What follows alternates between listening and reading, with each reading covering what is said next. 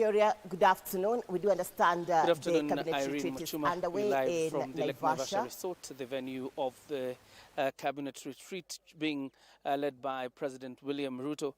I believe Nairobi probably is recording about 34 degrees of sunshine, and I think it must be at 40 probably in Naivasha. It's a very hot day here in Naivasha, Nakuru County, but nevertheless the meetings continue. You remember in the morning as we were speaking to News Check, we said that the president is still held up with governors. Of course, there are several issues they're going to discuss. I'm going to tell you in a bit.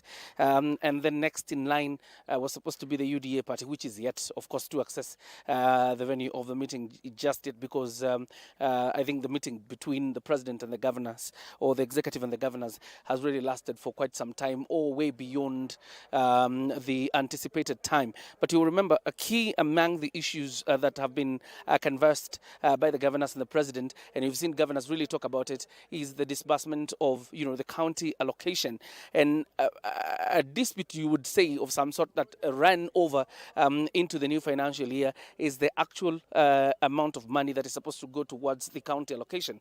And you remember the governors and the Senate wanted that money to be at 424 billion.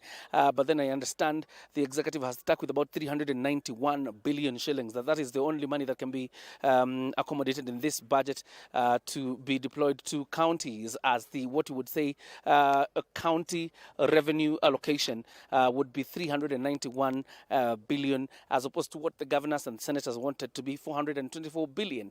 And of course, out of that meeting, probably there will be some white smoke who will hear whether there will be an additional, there will be an increase in terms of the revenue that will be deployed to counties, or to remain at 391. But I'm sure the meeting, of course, being led by the president, is going to broker a truce. We've seen the Council of Governors and, of course, the different chairs that chair the departmental committees within the COG with the president. The meeting started quite early, and they are still stuck in that meeting up until probably later. But then the ruling party, UDA, is also expected to make a presentation before the members of the executive, and this is the second day of the ongoing conversation as President William Ruto brings together his members of cabinet and the executive, senior members of the executive, including his advisors, of course, to evaluate their performance 1 year, of course, the last 1 year, the performance in the last 1 year, and what the performance will be, of course, in the next 1 year.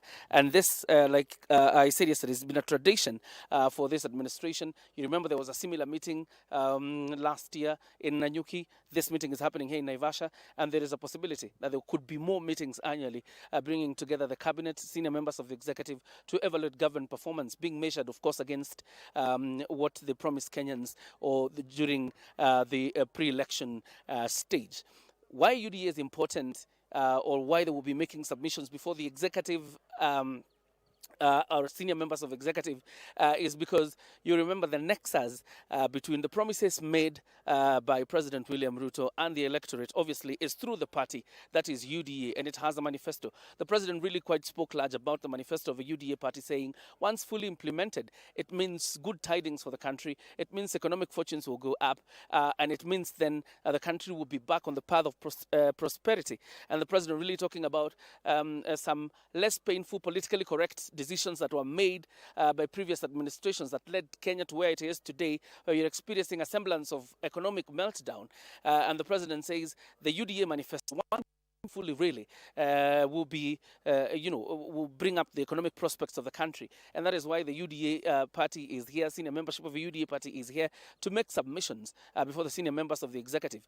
In any case, it serves as a constant reminder of that covenant between the president and the people who voted for him. Of course, the covenant between the president and Kenyans through the promises that he made to them, and it was through the UDA manifesto. That is why the party will also be making its submissions before the senior members of the executive.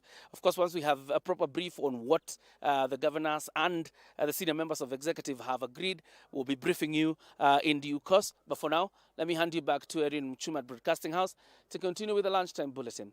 Irene.